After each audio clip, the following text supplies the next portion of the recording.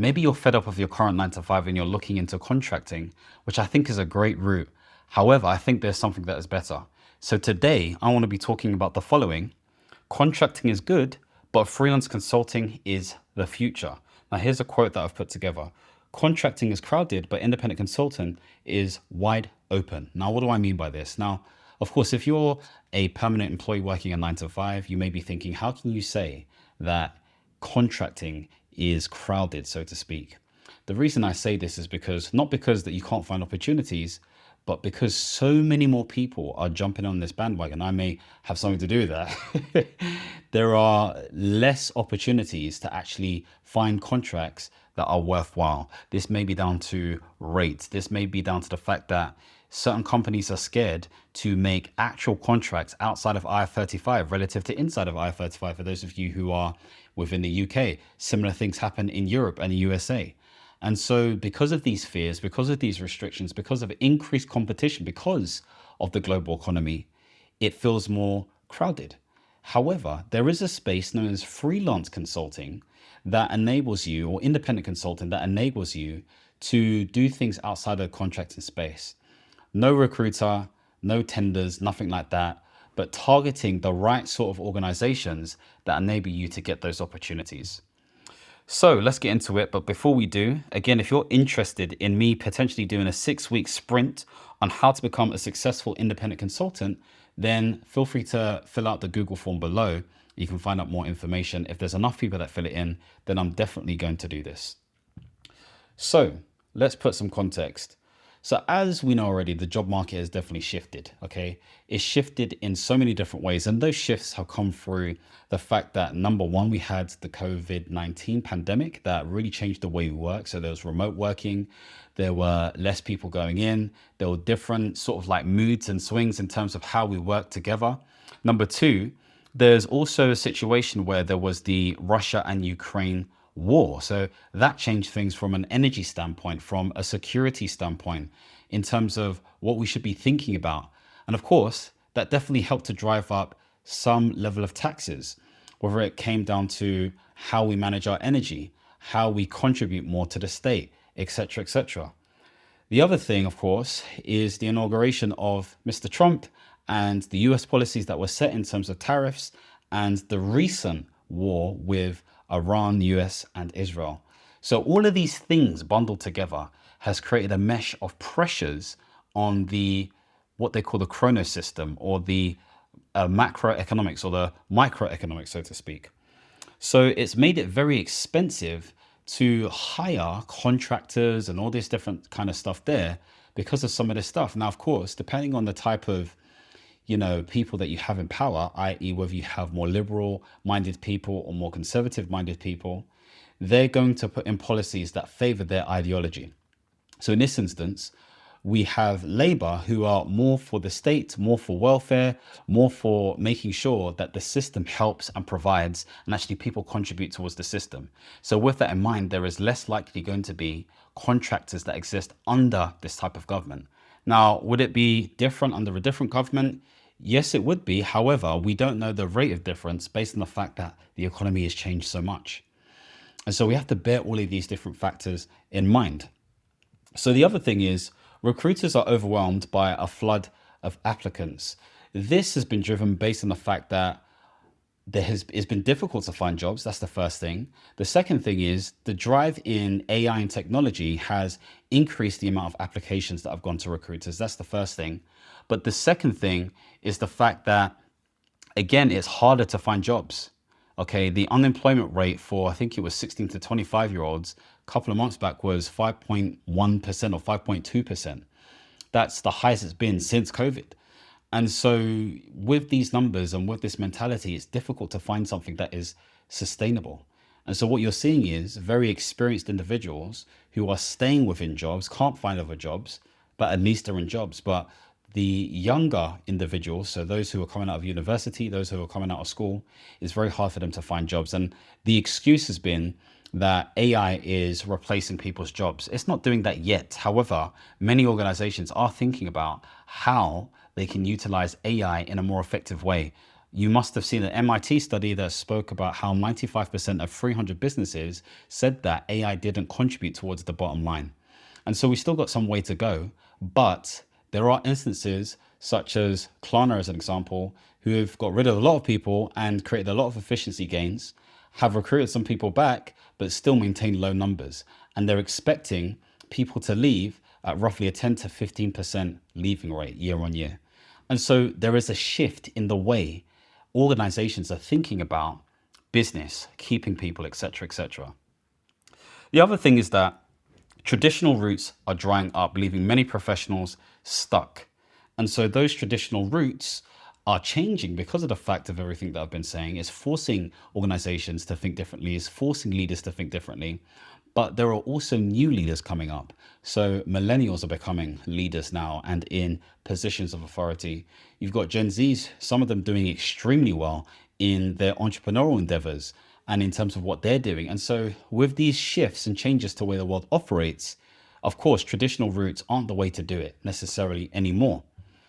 Now, I've got here, there's a new path emerging for those who are ready to adapt. So let's see what that new path is. So again, this section here is about why contracting is fading. Okay, so some of the structural shifts are spoken about already. One of the big ones, again, using it as an example within the UK, is the fact that there's been changes to the taxes. Okay, so I think it was national insurance went up from 13.8% to 15%. That's one thing. There's also minimum wage went up as well. And so all of these different things make it difficult for small businesses, okay? And that makes up the bulk of, again, many economies aren't able to afford or are not willing to afford certain things in relation to paying for people to come in and do extra jobs for them. So rather than one person focusing on one thing, maybe that one person is focusing on two things. And so because of these increases, these subtle increases, and because of this, what they call fiscal drag, it has prevented organizations wanting to spend money, okay, especially when it comes to, contractor efforts, etc., etc. But you have to remember, this is under the guise, and this only relates to those sort of like environments where a recruiter is required and or there is some sort of involvement with tenders or bids, okay, the way you sort of like win work or win services, etc., etc. The other thing I wanted to say is supply is high, but demand is shrinking. And that comes back to what I was saying before. There's a lot of talented people out there, a lot of people with skills, but again, they're not able to find the work. I'll never forget this. This is probably about, maybe 12 years ago, who knows? There was this guy who came into this workplace that I used to work in. It was the central booking service, okay? And all we were doing is stuffing envelopes, okay, and passing the letters around to different departments to send on to their patients. And this new person started, and I was like, oh, what do you do? And he said he had just finished a PhD in some sort of genetics or engineering or something to that degree. And I said, why are you working here? And he was like, oh, I can't find a job. And I thought, what? Now that was like 10, 11, 12 years ago. Imagine now. Imagine the situation now where there are decorated individuals, maybe even have 2 or 3 PhDs at this rate, and they're still not able to find work. And is it because, of AI, X, Y, and Z?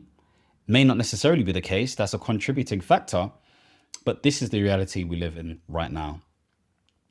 And so if we kind of move on to the next section, here I'd like to say that we're living in a space where independent consulting is the advantage. What do I mean? So untapped opportunity. So SMEs are less restricted by procurement rules. What do I mean by this?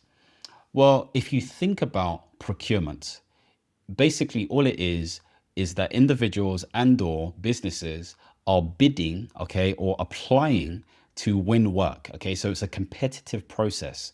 And that competitive process takes some time. It can take 3 months, it can take 6 months, but it takes some time to make sure that you're able to apply for these things effectively and appropriately.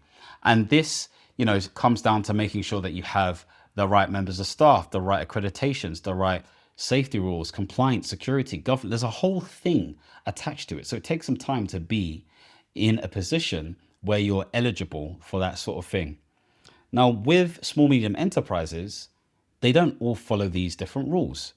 And that's because they're private by virtue. And so because these organizations are private by virtue or don't make a crazy amount of money, they can decide whether they want to bring on someone for work or not. So there's an untapped potential there. That's the first. The second thing is these businesses are actively seeking specialists to solve urgent challenges. And so you can kind of know this based on the fact that there are different sort of cyclical things that happen within a year. This may be a year-end situation where tax returns need to be done a specific way. This may be the fact that a strategy run is probably done each year to make sure that the organization is aligned operationally and delivery-wise. Maybe there are some compliance things that you know about that's happened in the news that will affect a certain industry.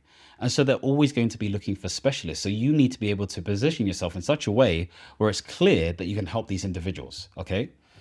The other thing is the private sector dominates the UK job market and most aren't looking on job boards.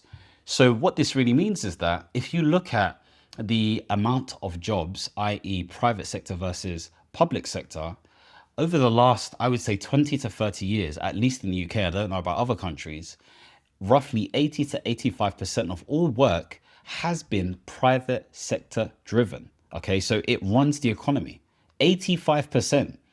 And so there are multiple different businesses that are looking for individuals who have specialisms and expertise to help them for different things. So that is just to say that there is so much opportunity that is available out there. So where do we go from here? Well, how do you actually get ahead?